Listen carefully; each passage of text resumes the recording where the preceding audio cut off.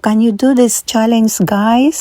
Sobrang init ng panahon. Matindi ang sikat ng araw pero gaya ng nakikita natin, walang pakialam ang mga bata kahit na sobrang init ng araw. Gusto sana namin mag-try sa mga challenge na to kaso si Kulit hindi pa niya kakayanin kaya hanggang nood-nood na lang tayo. Ayan po. Pero tulad ng nakikita natin, ang pwede pong mga bata dito ay mga 8 years old or 10 years old pataas. Pwedeng-pwede po dito. Si Kulit kasi 5 taon pa lang kaya hindi pa niya kakayanin to.